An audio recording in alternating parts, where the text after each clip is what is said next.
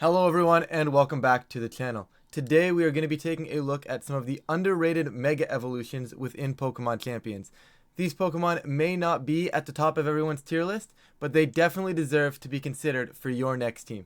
Kicking off this list, we are going to have Mega Aggron, and this thing is an absolute beast, especially when it comes to the defense stat and its body press move that it now has access to. So the last time we played with Mega Evolutions, Aggron did not have access to body press, and it was a completely garbage Mega Evolution, at least in terms of the video game championships. Nowadays, however, body press I think changes everything. The pure steel typing is very good because it's a great defensive typing. You get the filter ability as well, which is going to help reduce super effective damage into you. You pair that with that defense stat, and all of a sudden you have a Pokemon that is very difficult to take down and very, very good at dishing out damage that just can't get intimidated because you're using that base 230 defense stat.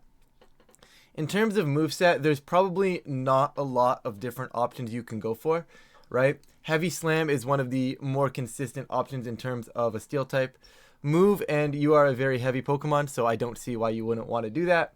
Body press, of course, this is the piece that you want the most. This is the only reason to run Mega Aggron, in my opinion. And then, of course, you can go Curse here. You can go Iron Defense. This one's really up to you and how fast you want to stack up on the body press boosts. Both are very good. Both are very consistent. I just don't think you ever really need more than +1 in defense.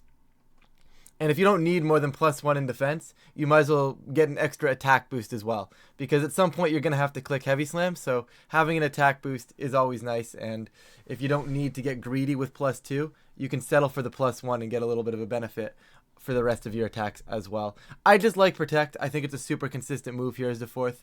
There are tons of different options as well. You can run like a tech move if you wanted to.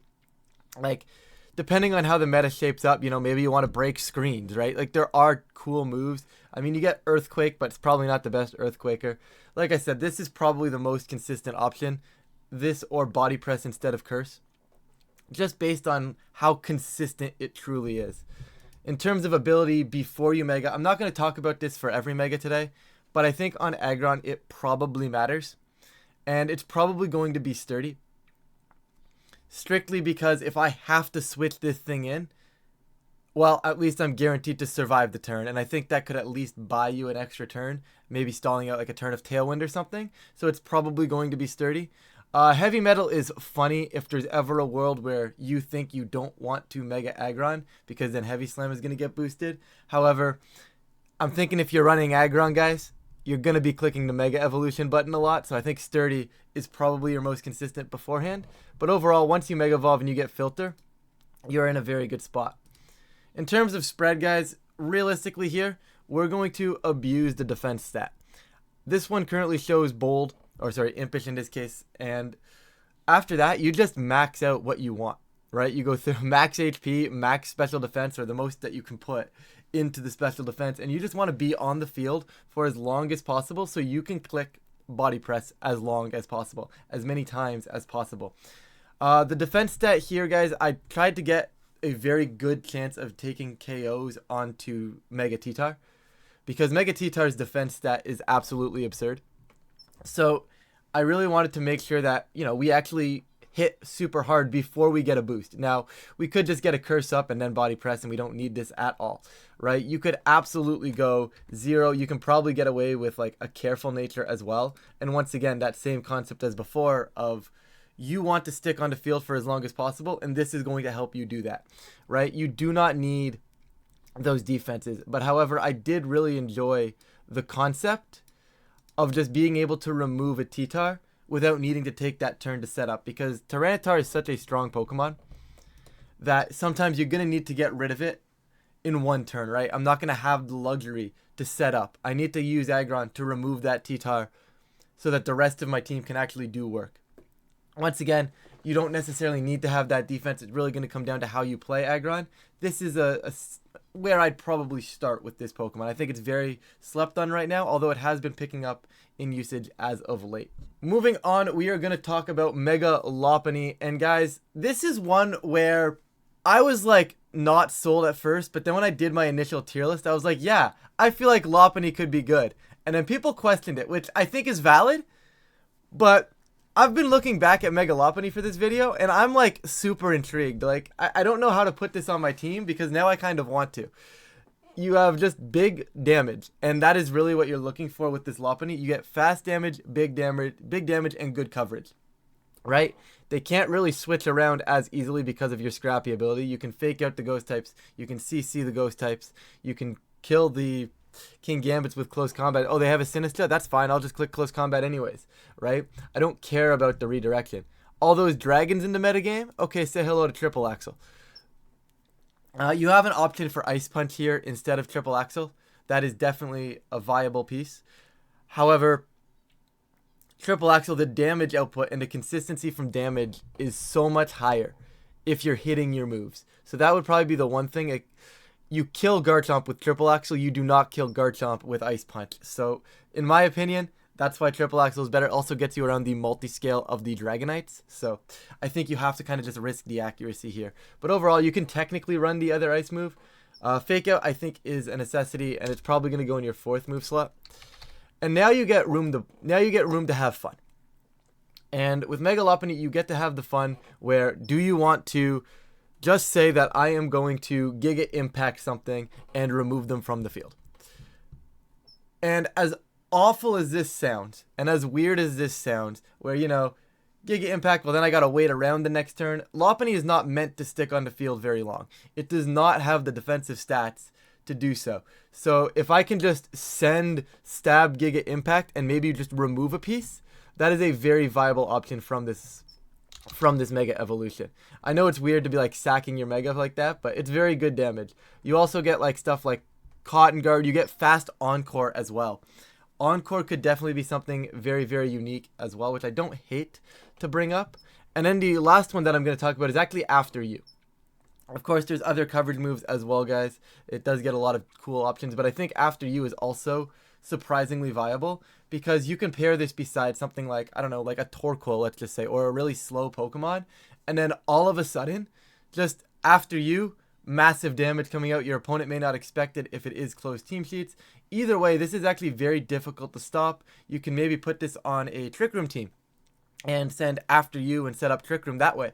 There is a lot of different options for this move slot. After You is cute. I did want to give it the shout out it deserved. But once again, I think more likely than not, you want that big normal stab and you just want to take something out, right? You want to say, well, I'm going to click close combat, take out a piece, and then I'm just going to click Giga Impact next turn, take out 2 pieces, and Lopunny has done its job. Very good Pokemon. And of course, guys, when this is your stat line, you are just going to send damage. There's no reason to invest in defenses. I couldn't find one. Maybe there's some weird calc where they're like +3 King Gambit and you got to live that sucker punch. But realistically, that's going to be team dependent. And right now, I think just max. I'm actually missing an EV here. We'll throw it in defense, I guess. But max. And really no reason not to be, in my opinion. I don't think you want to go adamant because right here, this is phenomenal. That 205 speed, it gets past the Gengars, it gets past the Aerodactyls. It's actually 1 point faster than Delphox as well, and Giga Impact removes that. So a lot of upside from this speed tier right here. And I think overall, this is something that's being slept on right now. I really do believe in Mega Lopunny. Up next, we have everybody's favorite anti-meta Mon, and that's Glimmora. Now, I'm going to be honest with you. I was not ready for Glimmora to get a Mega Evolution, and I was not ready to start calling Glimmora's Mega Evolution good. I never really considered it to be. Normally with the 4x weakness here, especially to ground, when ground is super common, it does become tricky to run. So keep an eye on that if you do want to work this onto your team. However, adaptability boosted damage is very, very strong. You get a very good ability in Toxic Debris beforehand. And just maybe you get some poison spikes up before you Mega. Why not, right? You definitely take that beforehand. But overall, just you're going to send damage. Similar to the Mega Lopunny, you're going to utilize the tools in your kit, and you're just going to send damage. Sludge Bomb, very strong, consistent move, big damage. Power Gem, very strong, consistent move. Sun, you think Sun is a problem? Well, Mega Glimmora might be your answer. You are always guaranteed to be faster than Charizard if you run max speed, and then Power Gem just absolutely destroys it. Right? So it is a very good answer to Sun. It is a very cool answer as well to the Incineroar Floette stuff, because you hit both of them incredibly hard. And then of course you just tech whatever move you want here. Like Earth Power is probably consistent. Dazzling Gleam is cute. Energy Ball is cute. I don't think Flash Cannon really does much, but once again, you probably don't need anything else. I guess like you could run Toxic if you're on like some sort of stall team, but I'm going to be honest with you guys, you probably get the most value out of just running Earth Power or another tech move that is going to help aid your team. But overall, you're clicking Sludge Bomb and Power Gem off of that adaptability boost more often than not anyways.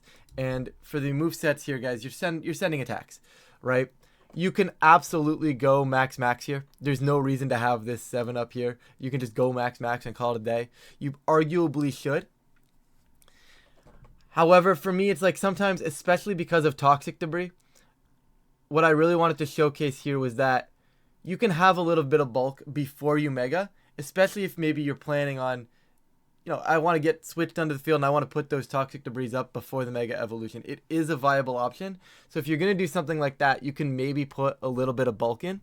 This is definitely not a relevant number, but maybe, you know, you can put a little bit of bulk in to live like a -1 ground move from a Dragonite or something like that, right? I don't actually have a calc in mind, but maybe there's something where it's like, well, I can switch this in, get spikes up, survive the turn, next turn Mega Evolve, take out a Charizard or take out whatever I need, and then spikes are up and that starts stalling out the game for the rest of my team. Really just wanted to kind of talk about that concept, but overall I think max is totally fine, and that is the set I'm going to leave, and that is the set that I will put down with this paste in the description down below. But overall, I wanted to kind of talk about and bring up the fact that you could go a little bit of bulk on this piece, just allowing it to, you know, take one hit, force them to maybe hit you twice so you can get 2 sets of spikes up. Really team dependent, guys. But overall, if you're looking to run Mega Glim, you probably just want to be an offensive threat, and you're just going to send stuff like this. Blastoise is interesting. There's 2 main sets I really want to talk about with Blastoise, and that's going to be the Shell Smash one, and then the I'm just going to send damage option, right? You get the, I'm going to call it Sneasler Blastoise, and we're going to talk about that one first. And that's because you're going to run like Fake Out down here. And you're going to go Water Spout, Coverage Move. You can go Coverage Move if you want. Ice Beam, guys, is another viable option here as well. Water types do like having Ice Beam. So you can go Water Spout, Ice Beam, Dark Pulse, Water Spout, Ice Beam, Aura Sphere, right? You have a lot of different options here as well. And then you can either go Protect or you can go Fake Out. I call it Sneasler option because it's like Fake Out and then just attack, right? You're not here to set up. You're kind of just, you know, you're going to be that support piece with a Fake Out, and then all of a sudden you're going to go on the offense, right? So maybe comparing it to Sneasler was really dumb, but you know what? I did it, and we're here now, so we're going to continue doing it because why not? Anyways, overall though, I mean, this is super consistent, right? The reason I like Shell Smash as part of this option is because you get so much value in a slower paced format where all of a sudden you go on the offense, right? Blastoise is known as one of the bulkier Mega Evolutions, so you can utilize that defense and then all of a sudden go on offense as well. I know it's a little weird to drop your defenses, but you have enough defense. And once you get one Shell Smash up, I'll show you in a second on these calcs, on the speed tiers and stuff, but that's all you really need to do. You get a Shell Smash, you click Water Spout. You can absolutely run Protect as well, by the way, here, guys. That's definitely a viable option on the Shell Smash set for sure. Like, you can go Water Spout, Tech Move, Protect, and Shell Smash. I think that's super viable. And then in terms of damage and your spread, you hit 108 because after a Shell Smash, that puts you at 216, which is faster than Choice Scarf Basculegion, and that's why I recommend Dark Pulse. So all of a sudden you're faster than that Basculegion. You're clicking Dark Pulse to kill that if you want, or you're just sending Water Spout, right? Not a lot of the metagame right now is ready for +2 Water Spout. One thing that I do recommend if you are going to run this type of Blastoise with the Shell Smash is you have some form of priority block. I believe it was Michael Derbest that said something on Twitter the other day about like Trick Room with Farigiraf and then Water Spout and Trick Room. That is another viable option. if you don't want to Shell Smash. That is a super viable option. But the key point there, in my opinion, is that priority block, right? This one with the Shell Smash is probably built for like Tailwind, and then either have your own Farigiraf to block priority, or maybe a Serena. But overall, I think Blastoise is absolutely being slept on, and it actually does things. Its stat line is very good. Its HP is its weakest part, but because you don't really need to invest in that much speed, your special attack is pretty good, and you relatively get a bump at a nice number. All of a sudden, you just max out your HP, and you are a very strong tank that can all of a sudden go on offense with Shell Smash if you want. Once again, you don't need to run Shell Smash set, but I like it more, I think, especially when your Mega wants to be, you know, that piece of your team that's doing what it wants to do, right? It's meant to be the forefront of your team. Doesn't have to be, but more often than not, that's what it ends up being. So having Shell Smash and being the piece that does set up makes sense for Blastoise here. The final Pokemon we are going to talk about today is Mega Crabominable. And I actually think this is designed perfectly as a Trick Room sweeper, so that is exactly how we are going to approach this, okay? Iron Fist is a pretty good ability. It will be boosting Ice Hammer, I believe. Ice Hammer, lower speed by 1 stage, great for Trick Room because you get to click Ice Hammer and just slow yourself down so you're slower the next turn. You get to click Close Combat for massive damage.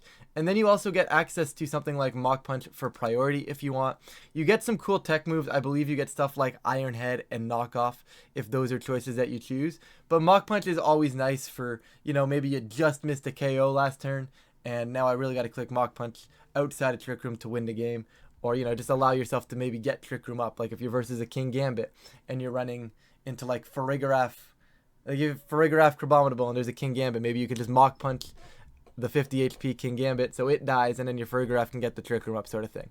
Lots of options here. I do like the viability of Mach Punch. I think it gives you a lot of flexibility and versatility, more so than any sort of tech move, but that is totally up to you.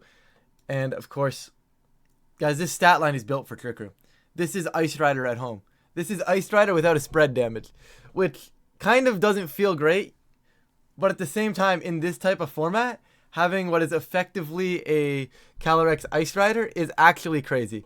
Once again, there's probably some optimization you can do with some of these spreads, but the concept of this big Trick Room on is you're quite literally capable of just max and then put the rest in special defense or in one of the defenses based on a calc, and it's going to function for you, right? This is absolutely going to function for you, especially if you can find ways to get Trick Room up consistently. Probably wanting to pair this. I think Farigiraf is actually a really good option for this because Farigiraf doesn't like the dark types. Crabominable, going to take care of those dark types no problem, right? So there's probably maybe better Trick Room setters beside it because I'm not sure if Farigiraf is the best Trick Room setter in the format anymore, but I think that's a whole other video. It is obviously still a very good piece, don't get me wrong, but Crab is by far a really good Trick Room sweeper, and it would be interesting to see if it actually does pick up in the metagame because it's got the toolkit, right? Before you Mega, I really don't think it matters. I would say Anger Point is probably the funniest option. Hyper Cutter is probably correct, so you can't get intimidated.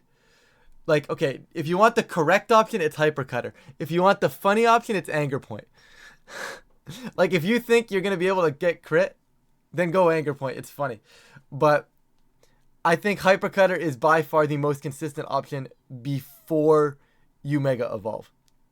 So you are absolutely going to run Hyper Cutter. That is by far the most consistent option before you Mega Evolve. But Anger Point is funny. Like, imagine just swapping in your Crabominable, getting crit, and then next turn just dropping the Mega Evolution, and now you have a +6 Crabominable. Like, what's your opponent going to do at that point? You know? Your opponent isn't doing anything at that point. Your opponent's losing is what they're doing. But that's very inconsistent. So we're going to go Hyper Cutter before. But overall, I think the Crab is actually super, super clutch. And I think Trick Room teams are sleeping on not using it or not trying to utilize it. But with that, guys, that is going to wrap up this video. Of course, I don't think any of these Mega Evolutions are really going to break the format. However, I think all of them definitely deserve discussion when you are crafting your team, because I think a lot of them do offer things that some of the other Mega Evolutions at the top do not offer, and some match up very well into the current metagame. So definitely consider these guys when you are looking for a Mega Evolution to use for your team. But with that, if you guys do enjoy this type of content, please feel free to leave a like and subscribe. It really does help out the channel, and of course, I really do appreciate it. I'm going to get out of here, and I will catch you all in a future video.